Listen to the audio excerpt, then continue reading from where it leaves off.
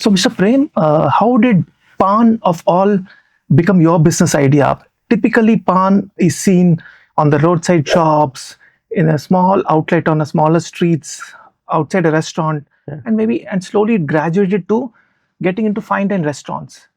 How did you see this differently?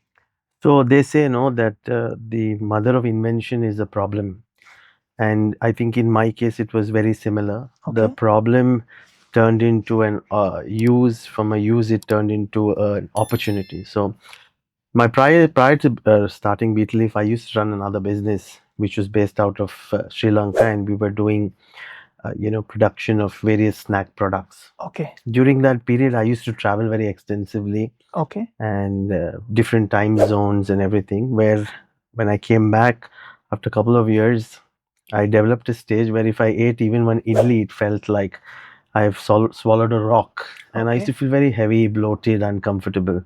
So I went to a dietitian, went to a doctor, only to know that my gut was severely inflamed. Obviously, I was asked to make a lot of dietary changes, and when I was walking out, the dietitian looked at me and said, "Mr. Prem, have you heard about Paan?" I said, "Yes, I have heard." And she said, "Can you start eating a Paan because it's very good for digestion?" So then I started eating a Paan every day after breakfast, after lunch, and after dinner. Okay. And I think it was during that journey where I realized that there were 4 or 5 very important challenges that we saw. That I never got the same Paan in all places. Okay.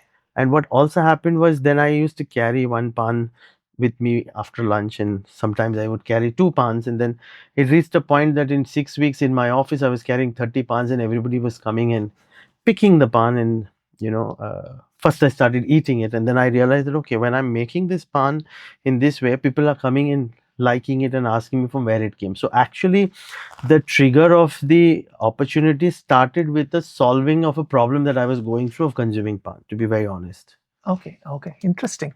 And what was people's first reaction when you told them that you wanted to start something on the lines of bitter leaf? So the kind of person I am, I don't go and tell everybody what I'm doing. Okay. The only person I told my wife was my wife, who today is the co-founder of Beatleaf. And I told her, look, I've been consuming Paan for 3 years. There are 5, 6 very important checkpoints or challenges that I see, from a consistent product to the right ingredient to not using intoxicated substance to a better packaging to standard recipe delivery based products. So I see a lot of option, and I think I should give this a go because I spent a lot of time in food. So her first reaction was, have you really lost it? And are you going to say that when your child is getting married that my child's father is a panwala? So that was an instant reaction. Yeah. And I said, look, I mean, while that's how it has been pushed to the corner of the road, but Paan, if you go back to history, was something which the kings or the rajas, maharajas would use as a post-meal conversation ender. So if I've invited you or the royal families have invited somebody home, only if they enjoyed your company after a heavy meal, they would actually sit down and have a pan with you. So it was a part of tradition. It was a part of, humility that was extended to the people you brought home. It's because of westernization, modernization, it moved to the corner of the road.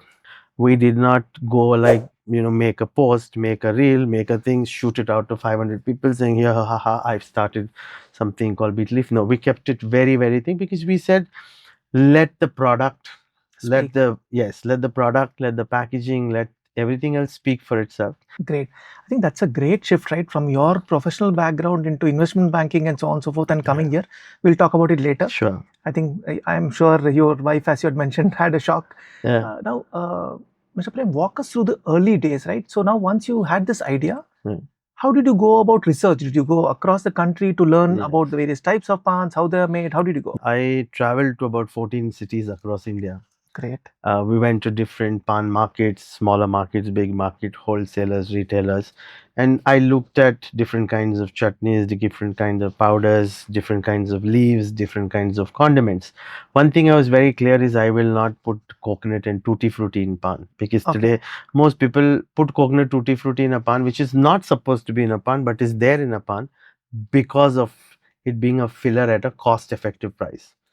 Then I picked up all these ingredients, came back to Bangalore, and I think for about 100 days, I sat every evening at home taking one X brand Gulkand, Y brand chutney, Z brand condiment, and curating multiple pans, tasting them to see how, because some are very strong flavors, some are very light flavors, some Gulkands you get very sweet, some katta you get very strong, some chunna you get. So I think it took me about 100 days with tasting of over 500 pounds to try and bring an equitable, palatable product, which I liked saying that if I got it 3 times a day, would I enjoy eating it? And on the lighter side, there used to be so many times my kids and my wife would come back in the evening, and when I would sit, they say, "Acha, aaj pan wala bhaiya kaun sa flavor taste kara raha hai?" I think I wanted to go to the bottom of at least getting the palate right with the ingredients right, because what was missing was the right ingredients that go into the pan. During that course of me genuinely eating pan as a consumer from different pan shops, I saw friends reacting saying, pan aisa hi milta hai yaar. If you have to eat it, you have to overlook. And then I said, no, that's not the way it should be. Great. So, Mr. Prem, once you identified all these ingredients and so on and so forth, how do you ensure that you source all the ingredients right and the final consistency of the product remains the same? Yeah. How do you take care of that? Yeah. So when you want to buy something or when you decide to buy something, why will the vendor change it unless you go back and tell him, I want something cheaper? So the first thing that I tell everybody is, it's not how cheap you can give it to me. It's how good you can give it to me and how much can you bring it in a better cost if I give you higher volumes. So the philosophy was not price, the philosophy was product. Every time a product came, we would keep a little of the previous batch, cross test it. Point number one. Over a period of time, the base chutney that goes to the flavor, we make everything in-house from day one. If you today go and take our pan and open it, and you go to anybody saying, "Mujhe same, I want a pan same like this," he will not be able to give you the same katta. He will not be able to give you the same chutney. He will not give you the sweet condiment of the fennel nor the date, because everything is customized and made by us. Got it. So when the input is the same, the output is going to be same. And today, if we have 60 kitchens in 17 cities across the country in 12 states, the smallest product like katta also moves from the central warehouse to there. So there are times we land up paying more on transportation than product cost, but we send the same product for it to ensure product consistency. You innovated with interesting pan flavors like chocolate pan and whiskey pan. How did these ideas even come about in the first place? Sure. So when we were getting into bringing variety, what we said, pan is usually eaten after a meal, which means people have a craving of sweet. Plus, pan is known to be good for digestion, so you want it after a meal. Now, when you have a post-meal sweet craving, or most people say, I have a sweet tooth, right? Now, the sweet tooth craving is for what? For the flavor. So we said we are not in the business of deciding what a customer eats, but I'm in the business of deciding how can I make your post-meal craving of a dessert in the healthy way. So how these flavors came was, we said, when you eat, people eat different kinds of foods, Italian food. After an Italian meal, what do you crave? Tiramisu, black coffee. If you went to an Indian restaurant, what do you crave? Gulab jamun, ras malai. If you went to a pub, you say one last drink for the road. So we said, can we blend these flavors, which are your post-meal cravings, into a healthy dessert and give it to a consumer? Because if you are eating tiramisu, you are not eating it because you want to eat cream. You're eating it because you crave that flavor. So as long as I'm able to bring that flavor into my pan, it's taking care of your digestion. It is healthy and is fulfilling your craving of that particular sweet. So that's how we brought in certain flavors. Now, whether it's the whiskey flavor or you talk about cognac flavor, they're all alcohol-free flavors. All our pans are 100% tobacco free. What we have done is we've just blended that mouth feel with the real product. So if you eat our flavored pan, the top note will be the flavor, but it will end only into a pan. Because in every person's mouth or palate, there is a top note and a bottom note. The top note is the note that comes from the first bite that your tongue receives, and the bottom note is when you swallow it.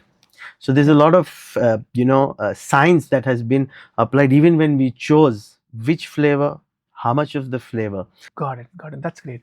So, how long does it take for you to develop a new flavor? From the concept stage to the market, how much time does it take usually? So if I'm on a free day or a day that I decide to launch something, and I get the right raw material that I want, I can launch it within 7 days. Because the reason it's 7 days is because after the product is conceptualized, and today in Beetle Leaf, whatever uh, products you've seen or we make, every single product is made by me. We do not have a head chef. We do not have a outsourced consultant. Now we cannot have it because Paan was a category that we have created. If I was doing chips, I can go find another factory or find the guy who can give me chips, can give me flavors, can give me seasonings. Can I find somebody who can teach me Paan? So every single product is made, curated, and developed by me. I don't have a 50-member board who needs to approve it. So my go to market is very quick. That's great. Okay. Now let's move to product extension. From Pans, you moved to beetle leaf teas Yeah. and beetle leaf chocolates. What made you choose these kind of products? Sure. So there were two things. We said beet leaf is good for health, Yeah. but fresh pans have certain limitations because of the perishability nature of the leaf. Yeah. We also saw that a person has multiple stages of a day and multiple stages of his life during a year. Yeah. What do I mean by that? I can feel sick, I can feel cold, I can feel hot, I can have a bad throat, I can crave chocolate. I'm traveling across the world, I can't carry fresh pans. So what we said was, can I create products which you can consume at whatever stage you are? I want to eat a chocolate. Now, do I eat a chocolate, feel bad that I ate a chocolate? Can we deconstruct Wow. a pan and sandwich it into a chocolate, where in one bite, your pan craving is taken care of, so is your chocolate craving taken care of. Third, I love the pan because I can get it at my fingertips today and eat. But what if I'm going for 20 days on work to US? What if I'm going to Chikmagalur for 7 days for a holiday? Can I carry fresh pans? That's when we said, can we use the same fresh pan, use technology, and bring it into a arid or a dry format, which now we have created, which runs with an opportunity for you to have it over a period of 9 months. So it comes with 9 months shelf life, 100% preservative free, and the complete natural product. Great. So now that you are mentioning about the increasing the shelf life of the product, now they are available for 9 months and so on and so forth in the form of chocolates and beetle leaf tea. So you had also to look at packaging in a different way. Yeah. Your packaging looks very different. What's so special about your packaging, if you could talk? So in the food business, or any business that is related with food, there are two things that spoil food, which is air and moisture. As long as we are able to put that technology where you minimize air and minimize moisture, the longevity of the product without the need for preservatives naturally happens. So we have brought in different technologies to minimize the penetration of air, minimize the penetration of moisture, pulled out additional moisture from the current products, which naturally give longevity to the product.